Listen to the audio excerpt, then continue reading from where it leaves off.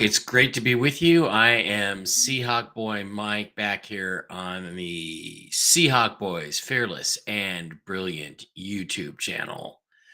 We're back here for one reason. I don't really want to do this. I'm depressed. I couldn't be more depressed about the future of the Seattle Seahawks right now. I'm probably as bummed out as I was on the day they traded Russell Wilson and traded away any chance they had to go back to another Super Bowl anytime, too. They've had multiple chances to fix that problem and have chosen to pass on every single one. Just like when they were sitting there for their second straight Super Bowl win on the 2-yard line and they had a chance to run the ball in or bootleg it to Russell Wilson, probably one of the fastest players on the field.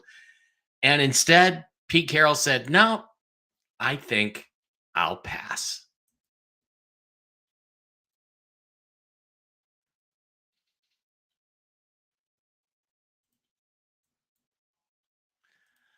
Okay, well, so much for the video introduction. That sucked. Some screw ups here with my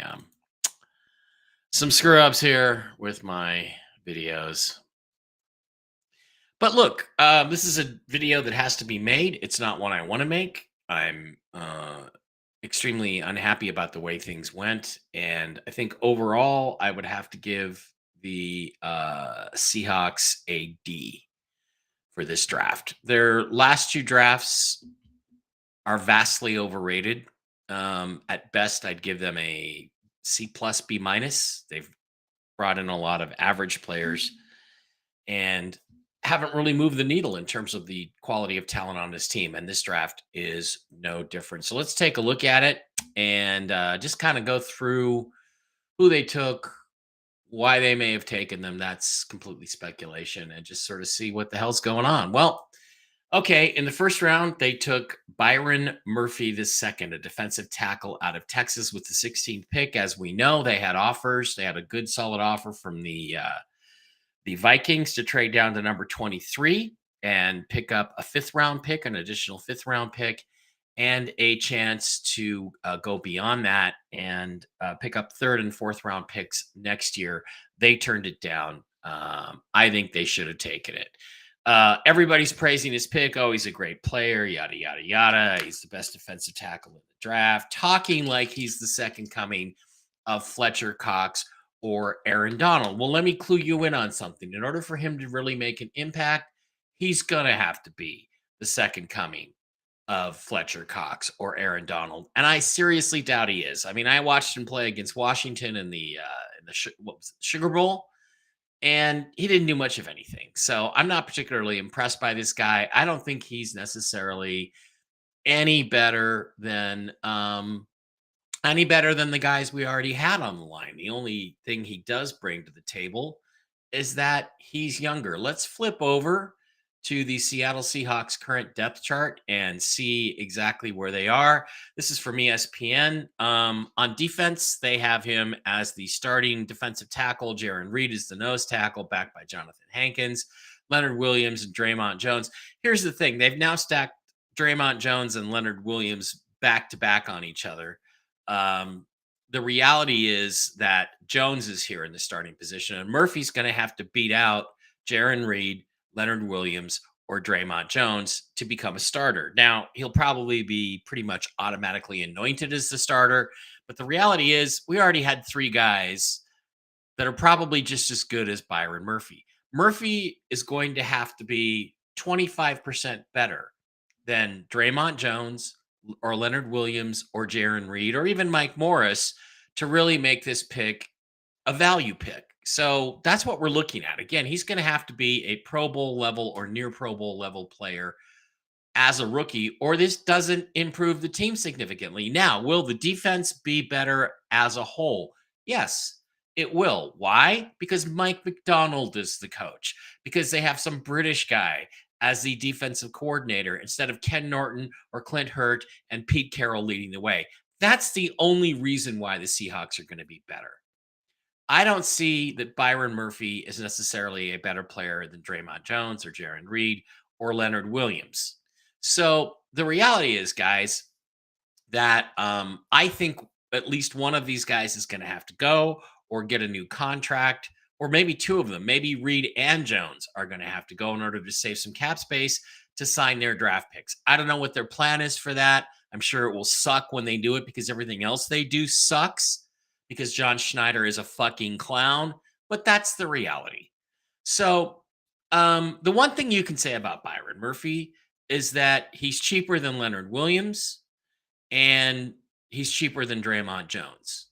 And he's younger than Jaron Reed and he's younger than Leonard Williams. That's about it. That's what he brings. So, this idea that he's some sort of game changing impact player, I think, is just a fantasy of people who want to be optimistic about the Seahawks and who are convinced their last two drafts are so great. Well, they're not. I did a video about a week or two ago saying that Seahawks' last two drafts aren't good. They just suck less than the previous 7. And that's the reality of the situation. This draft, however, does not suck less than those previous 7. It's just as bad. It's just as incomprehensible. And it seems like the Seahawks went back to a bunch of bad habits. So again, I don't see this way. I see Murphy behind Draymond Jones and Leonard Williams trying to find a way into this lineup, unless they cut somebody, which they may have to do to plug him in there. In terms of how he is as a player, I think you're being wildly optimistic if you think he's a Fletcher Cox or Aaron Donald kind of game changer that you got with the 16th pick in the first round. If he was that great a player, he'd go in the top 5. He didn't, and he's not. So stop gushing about this guy. Stop gushing about this guy like a $10 whore that just got paid $100. Stop it. Okay, he's not that great. So then with pick 81, of course, as we've already reviewed, they took Christian Haynes, an offensive guard from UConn who's played right guard the entire time. Now, some of you may ask, what's the difference between Christian Haynes and, I don't know, Damian Lewis and Anthony Bradford and Philip Haynes, guys they've all taken in that 3rd, 4th, 5th round range? The answer is nothing. The answer is he's just another one of those level value guys, the kind of guys that John Schneider drafts. And now everybody from Rob Staten, who I respect immensely, has gone on and saying, well, on the other hand, he's a lot better player than those guys. That remains to be seen. It remains to be seen whether he is as good as Damian Lewis was at right guard before they completely screwed him up and moved him to left guard for no reason when they brought in Gabe Jackson, who had been a career-long left guard, and moved him to the right and screwed him up too.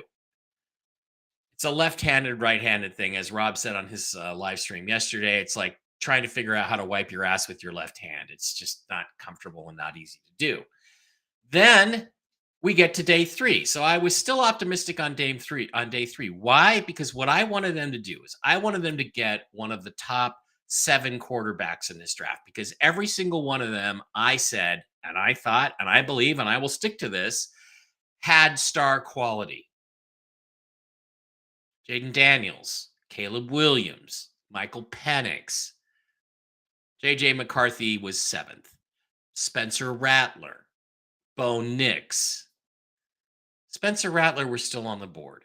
I expected him to go 45th or 44th or 45th to either the Raiders or the Saints, who needed a quarterback. He eventually went in the 5th round at pick 150 to the Saints.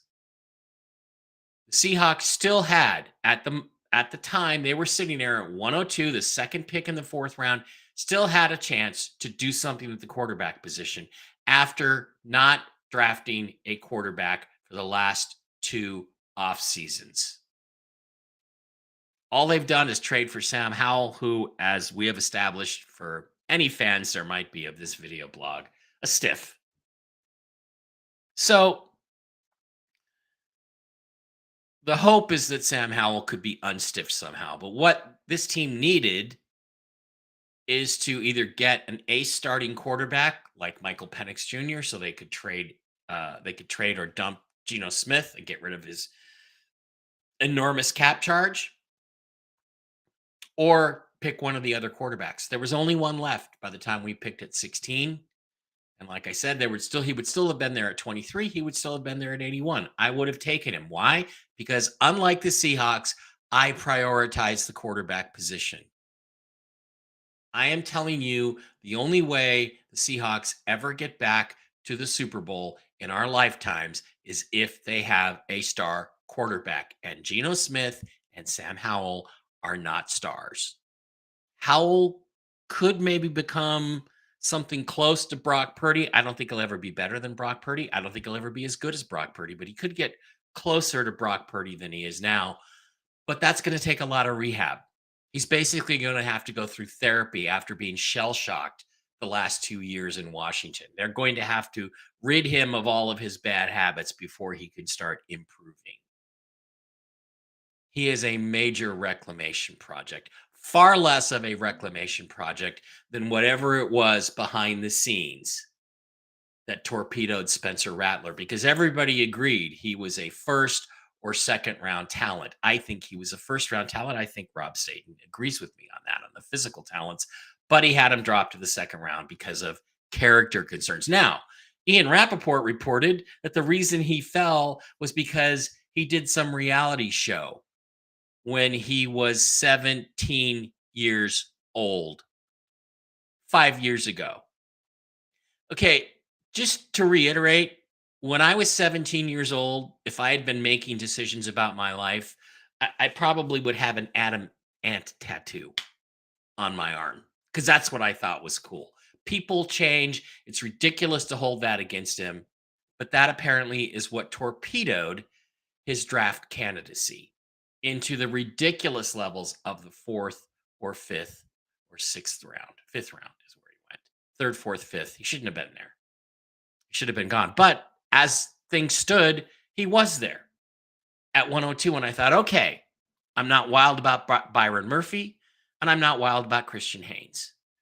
But if you add Spencer Rattler to this mix at 102 and still have another pick at 118 in the fourth round, and can get another good player at 118 in a position of greater need, I'd be okay with that. I might have slipped this draft up to a B or even an A minus. But of course, Seahawks being idiots and not understanding that without a top star quarterback, you don't win in this league, they passed on that. In fact, they traded the 102 pick away to get 121 and 136 from the Broncos, or 207, and we gave them back 235, something along those lines in that trade. So, okay, maybe Rattler will make it through to 118. He did. Did they take him? No. Fuck no. They took Tyrese Knight, a linebacker from UTEP, who was overdrafted by a couple of rounds. Rob again shared today. He shared the most overdrafted guys in this draft as listed by Warren Sharp, who I do actually have some respect for. Tyrese Knight, the linebacker, was drafted at 118. His value was expected to be 192, which is deep into the sixth round. So he was overdrafted by 2 rounds. It gets even worse when you slide back to, let's open this in a new window. When you slide back to the actual draft itself and you look at what linebackers were still available at 118. First of all, I should have taken a quarterback. They didn't. So the Seahawks take somebody named Tyrese Knight, who was not even on our radar. Let's look at the other linebackers who went after him. And we're not even talking about other positions. Jordan McGee from Temple, highly regarded player. JT Bertrand from Notre Dame. Don't know much about him. Tommy Eichenberg, one of my favorites, an instinctive football player who people say he's not athletic, which is ridiculous. He was plenty athletic in college. Tommy Eichenberg was still there. I would have taken Tommy Eichenberg over Tyrese, whatever his name is. Other linebackers, Jeremiah Trotter Jr., great pedigree, solid talent, recognized by most people as a third or fourth round pick. If they take Trotter, that's a value pick as opposed to a bad value pick. Edan Shafono from Washington, don't know much about him. Not really a film guy. And so, really, this is the range where this guy should have been taken. Instead, the Seahawks take him at the fourth round pick, and they they overcomplicate that. On top of that, not only did they take a linebacker, they took the wrong linebacker, and they didn't take a quarterback, Spencer Rattler. I'm like, okay, picking again at 121. Maybe they'll grab him there. He survives to 121. Do they take Rattler again? No. They take a tight end, AJ Barner from Michigan, who is a blocking tight end, not a pass catcher, a blocker. The tight end room, the Seahawks, is one of the worst in the league. I don't really have a problem with them taking a tight end, but when you slip back over to the draft board and you look at 121, and they took AJ Barner. You look at the guys they could have taken there, and this is just tight ends. This is not even other positions. Jared Wiley, tight end, goes to the Chiefs from TCU. Do you think the Chiefs might know a little more about quality tight ends than the Seahawks? We've had Will Disley the last 5 years, miserable 5 years. Maybe Jared Wiley was better. And then we slide down into the fifth round a little deeper, and more tight ends go. Who else was still on the board that we could have taken at tight end? Tanner McLaughlin, who I actually took in my last mock draft in the fourth or fifth round. Better pass catcher.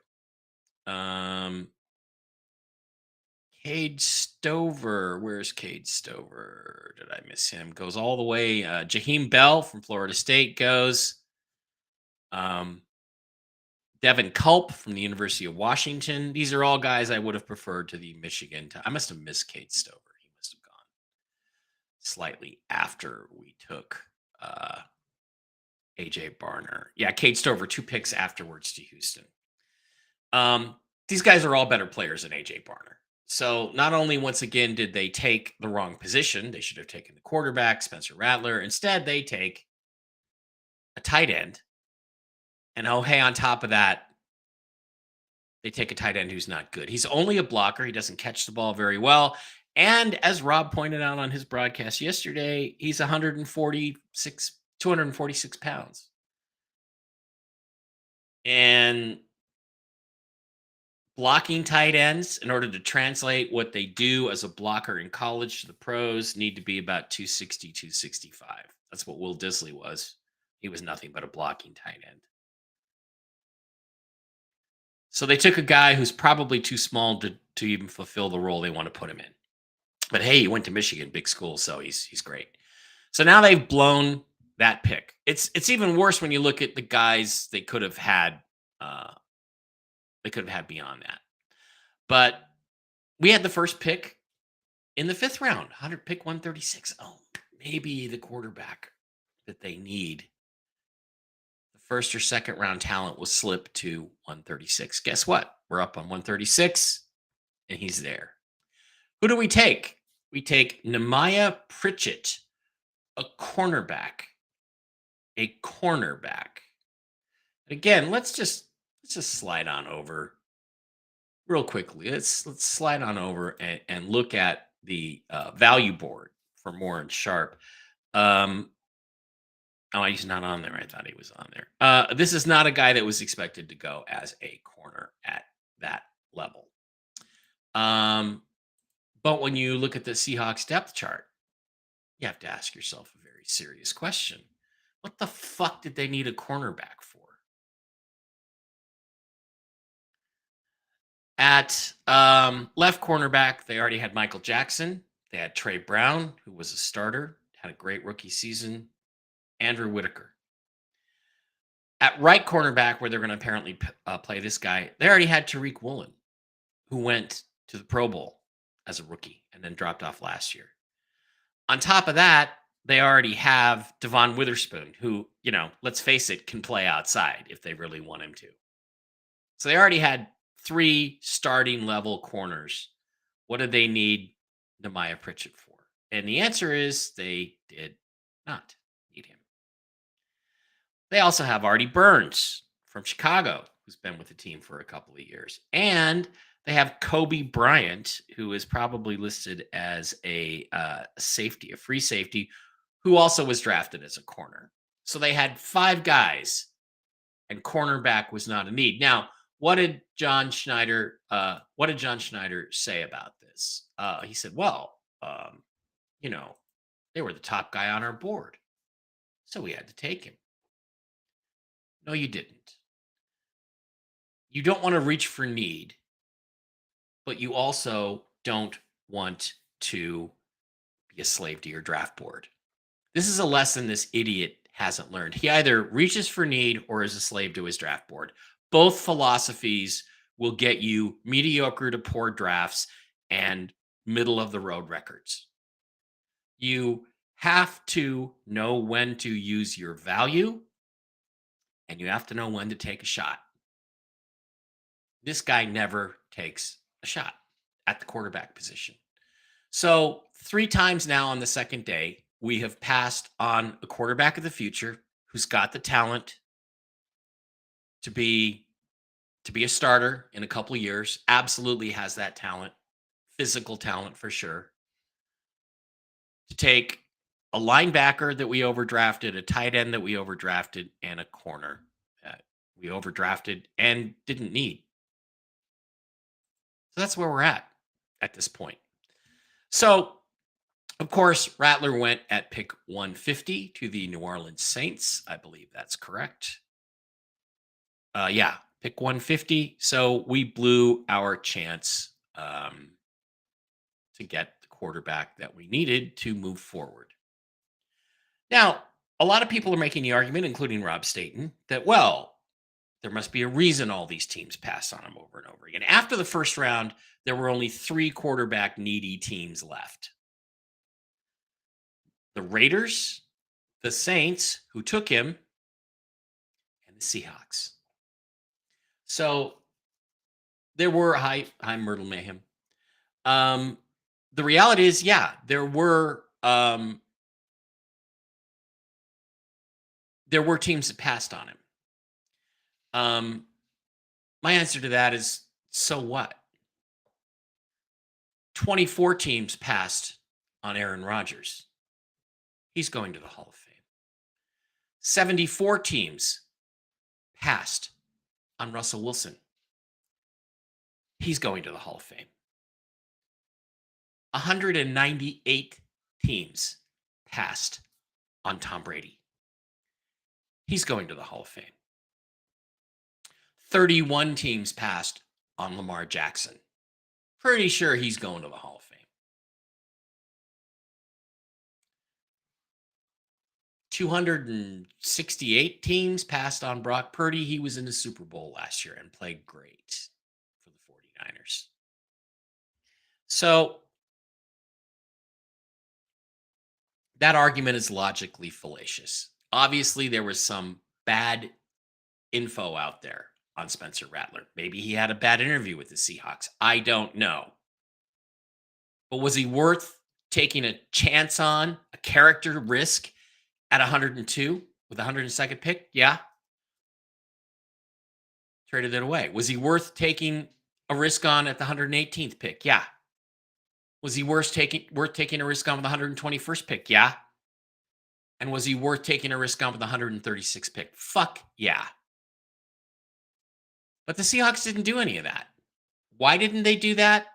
Because they are delusional about the state of desperation that they have at this position. They have a 34-year-old quarterback whose best year, lifetime journeyman career quarterback, whose best year was 2022, who took a 30% or so decline in 2023, and who isn't going to get better. In fact, I'm going to tell you again what I told you last year. He would decline by a significant margin, 20, 25%. I was dead right.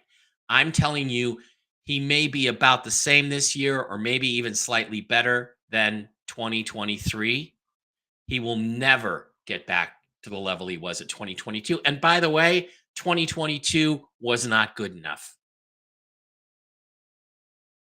His play was not good enough to win a Super Bowl, not in key moments, not against the best teams. His record against the best teams is abysmal. Geno Smith is not a solution at best. He's a bridge quarterback.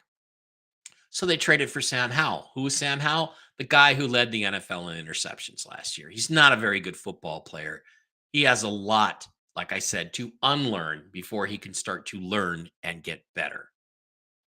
And Spencer Rattler has significantly superior physical tools to Sam Howell. So by this point, with Rattler off the board, they have blown this draft, and their passing on him is not justifiable. And using the excuse, oh, well, other teams passed on him is not justifiable. Go back to the list of quarterbacks I just gave you. Now, am I saying Spencer Rattler's going to the Hall of Fame? Of course not. But I think he has a chance to be a really good starter no later than year 2. I think he belongs in that group of the first 7 guys who all went in the first round, talent-wise. And the Seahawks continue to make the excuse, well, we just didn't have an opportunity to draft a quarterback. Yeah, you did. 1, 2, 3, 4, 5, 6 times. You had a chance to draft the best quarterback left on the board. They say, well, we tried to trade up for Michael Penix, or they let that rumor leak. They just do that. They let these rumors. John Schneider was interested in Josh Allen. John Schneider was interested in Patrick Mahomes. Yeah, sure he was. Not enough to make a move for them. And so here we are, about to spend 40 years in the quarterback wilderness. Okay, maybe not we're not going to be like the tribe of Jews. Maybe it's only going to be 5 to 10 years. But until we replace this incompetent clown general manager, John Schneider, that we have, and get somebody in here who understands that the way you win in the NFL in 2024 is with a star quarterback and goes and gets one, we may as well not even bother. We are once again an 8-9, 9-8, 7-10, 10-7 football team, and no better than that. And sadly, no worse than that, because we have to be a lot worse to get up into the top of the draft next year. Now everybody says, oh, well, we can go next year. We can get Quinn Ewers next year. I like Quinn Ewers. I would have taken him over a lot of guys in this draft. If Quinn Ewers had been there at 16 and we didn't take him, that would have been a fireable offense, maybe even a hanging offense, but we won't go that far. But other than him, the 2025 draft class is ass.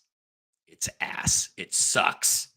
This is the best quarterback draft class in a long time. And after they failed to find the diamonds in the rough in 2022, Brock Purdy, maybe Sam Howell wouldn't be quite as bad if they had been bringing him along slowly and taking him in the 4th round instead of Kobe Bryant, who's probably not even going to be on the team this year. Or 2023, when we had 5 and 20 and next year's picks and had a chance to trade up to the number 1 pick with the Bears and take CJ Stroud. They liked Anthony Richardson. That shows you how stupid Schneider and Carroll are about quarterbacks, at least.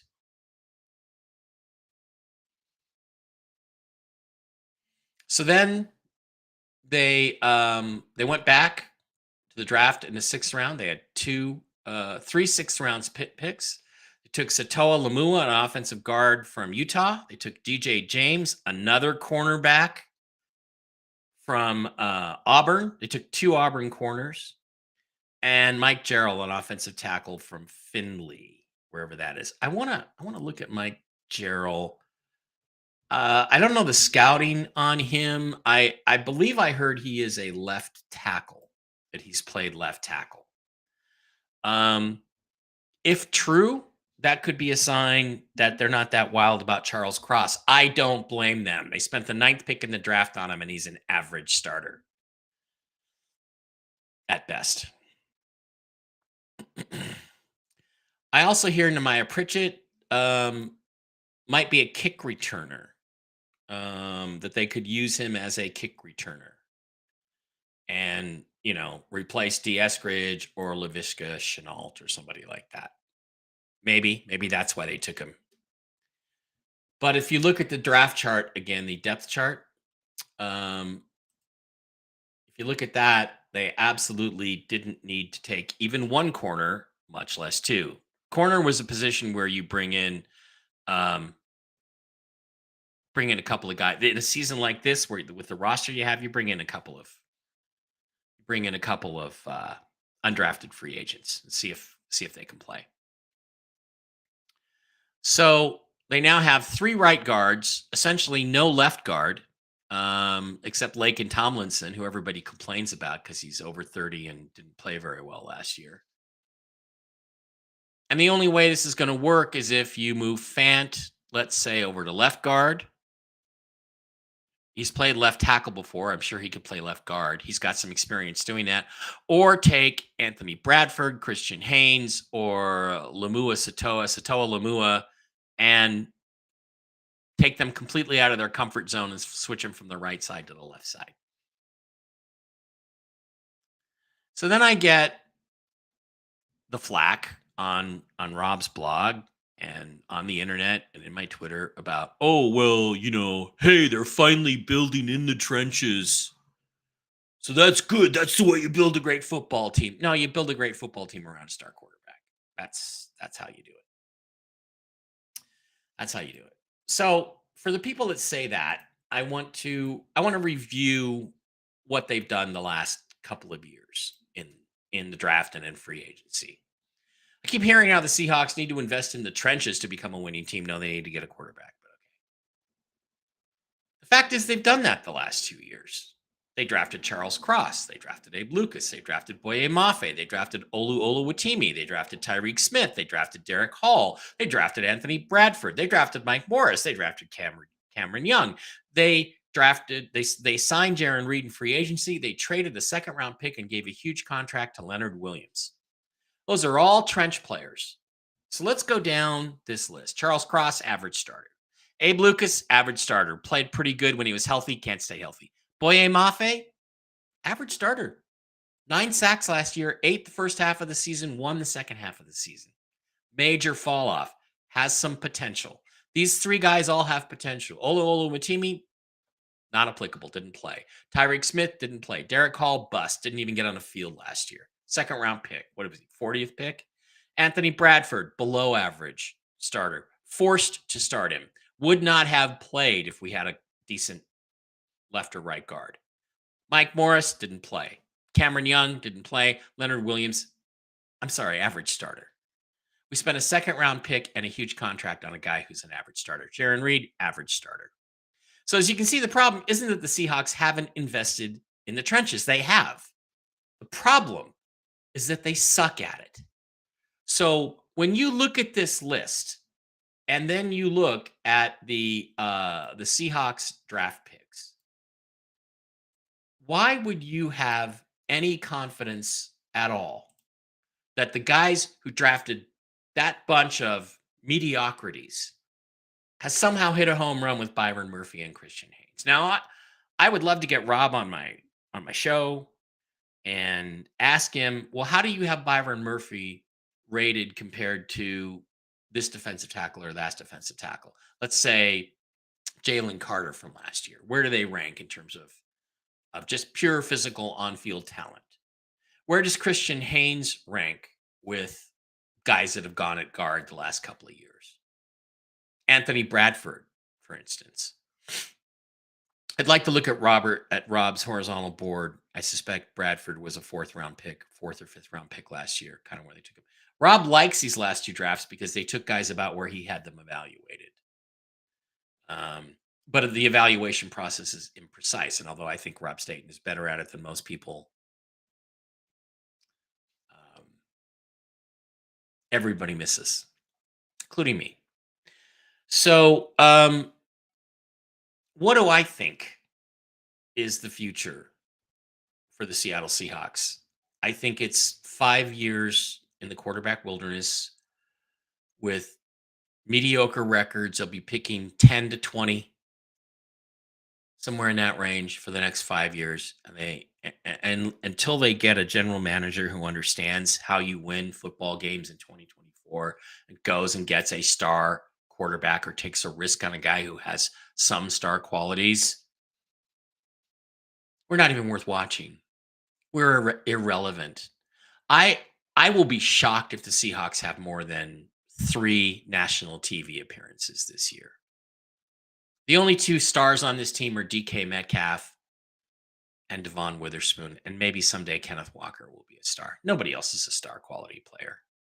Nobody else is in the top 15 at their position in the NFL. Their quarterbacks are in the bottom half of the NFL. There are probably backups that are better than the quarterbacks the Seahawks have. I think Spencer Rattler's going to be a starter in 2 years. I think they're going to win a lot of football games in New Orleans with him throwing the ball around. And while I do not think he is a superstar, I think he will make a Pro Bowl here and there. And he is good enough to win a Super Bowl with. And the Seahawks quarterbacks aren't. And there is no path forward that I can see where they're going to get a quarterback of the caliber they need to become relevant again. None. So this draft is a D at best. C minus, D. That's where it's at. It's not a good draft. The last 2 drafts, C's. A lot of average players. A couple of guys with potential, 2, 3 guys, potential. But as of now, they're also completely wasting DK Metcalf's career. They may as well trade him now. If they can get a first and a third for him next year, they may as well trade him. Because the quarterbacks they have aren't going to really be able to get him the ball consistently in the big moments and with enough frequency to get him paid. But they're going to have to pay him because he's their best player by a long shot. So they're going to have to pay him 28 to 30 million a year on a new contract next offseason. That's what they're facing. Imagine doing that and not having a quarterback. Imagine doing that and not having a quarterback and thinking that you're good enough. That's John fucking Schneider. So I'm going to start a new hashtag, which is Fire John Schneider. I'm sure it's out there already. I'm going to use it a lot in the next couple of years because that's the only way this team goes forward. So let's slide on over and just see how the rest of the NFC West did. How did our opponents do? How did the guys that we have to get past do? Let's start with the division champion. Where are they? San Francisco 49ers. What did their draft look like? Well, let's take a look. They got Ricky Pearsall, wide receiver, in the first round. And I think they still trade one of Debo or Brandon Ayuk. Renardo Green, pretty decent corner. Dominic Pooney, really good offensive tackle. Malik Mustafa, awesome safety. A guy the Seahawks could have had in the 4th round. I don't know the rest of their guys, not guys that I'm familiar with. They got a lot of people really like Isaac Guerendo, their running back. A lot of people really like him. Think that he's going to be a star player. I think they improved overall, and we'll see how they do with the rest of their trades. How did the Arizona Cardinals do? Well, they did great on volume. They got Marvin Harrison Jr. is an elite player, one of the elite players in the draft. The rest of the guys don't really know any of these players very well. Max Melton I'd heard of. A lot of people are underwhelmed by their draft. So I give the 49ers a B. I give the Cardinals a B simply because of Harrison and volume. The Rams, however, Los Angeles Rams killed it. They killed it. They got Jared Verse, one of the guys I would have rather had than Byron Murphy at 16. If If I had a gun to my head and I couldn't take Spencer Rattler and I had to draft somebody, I probably would have taken Verse, pass rusher. They got Braden Fisk, inside defensive tackle at 39. What are you going to do, Seahawks fans, when Braden Fisk turns out to be better than Byron Murphy? Then what are you going to say? Blake Corum, excellent running back from Michigan. Cameron Kitchens, solid safety. Brennan Jackson, defensive end. I'd give that an A for Verse and Fisk, Corum and Kitchens.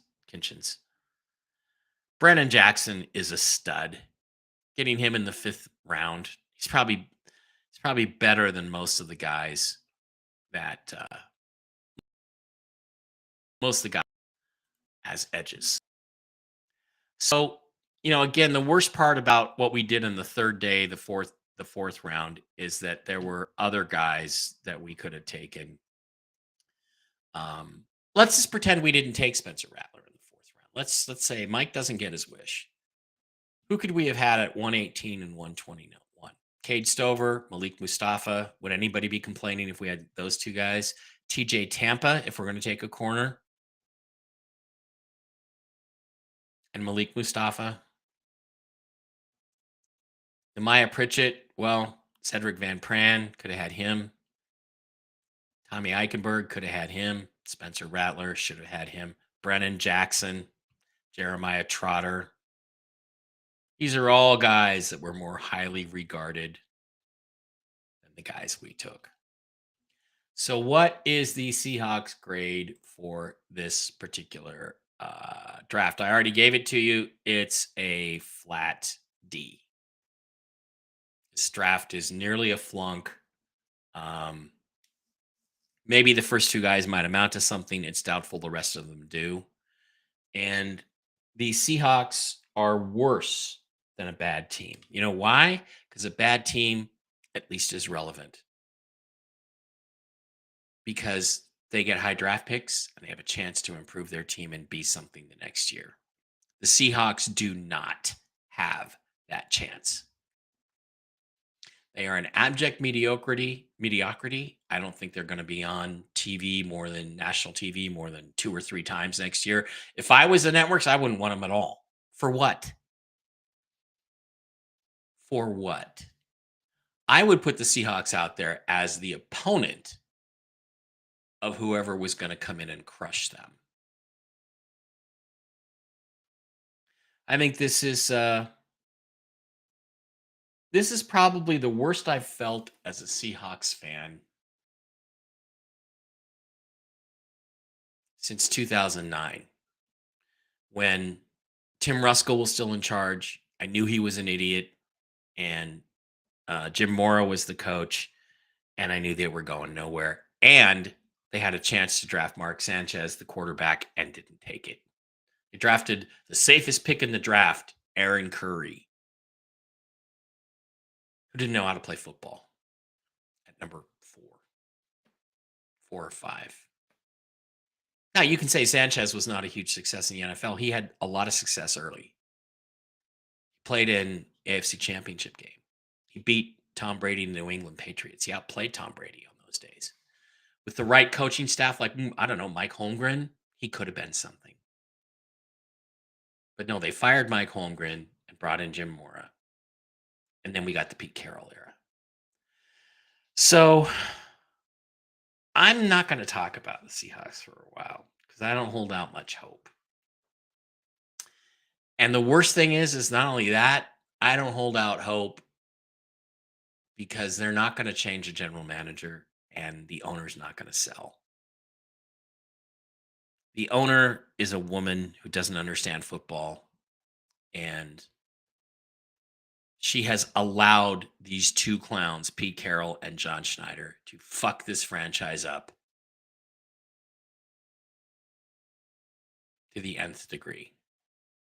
As long as we had Russell Wilson, we had a chance to go to the Super Bowl every year. If we got lucky in the draft, if we struck lightning in a bottle in free agency, we had a chance to go to the Super Bowl because Russ was that great. And even when they traded Russ, he still had that greatness in him. In a horrible situation in Denver, with everybody hating on him, with a coach actively undermining him on a regular basis. He had 26 touchdowns, 8 interceptions, and a 98 quarterback rating at the age of what, 34, 35? Russ remains a fucking stud. And I don't necessarily object to trading him. I object to trading him and having no plan to replace him, which is what the Seattle Seahawks have done. If I won a $10 billion lottery and could buy the Seahawks, and I signed the paperwork and it went into effect on such and such a date at 12 midnight, 30 seconds after 12 midnight, John Schneider would be fired, and I would have tweeted it out on social media. And then we'd go get our quarterback. But that's not going to happen. So we have the next 2-3, it'll be another 2 or 3 years before this owner figures out that he's the problem, that Schneider is the problem. Least. So get ready for 2 or 3 years of, I don't know how to describe this, absolute shit. Thanks for being here. That's going to do it. I don't have my outro music because something happened to my video. But thanks for being here. Those of you that are here, those of you that aren't here, please like and subscribe this video. Even if you hate this video, like and subscribe the video, to subscribe to the channel so you can keep hating on me. Slide on over to the Seahawk Boys Fearless and Stupid NFL channel. Become a subscriber. Comment. I have to remember, for some reason, when I set up in Restream, for some reason it sets it up so that you can't comment, and then I have to go in and fix it. And sometimes I forget, but I promise I try. And also, please follow me over on Twitter X at Seahawk Boy Mike Barra. Seahawk Boy Mike Barra. You'll know me from the John Schneider, Pete Carroll clown faces. Thank you, Kimberly Reck, for that. I saw the first pass that Jim Zorn ever completed to Steve Largent in the Kingdom. So happy the Pete Carroll era is over, but not happy with what's happened since. So thanks for being here. We'll see you next time. I don't know when that's going to be. Probably when we get some more news worth commenting on.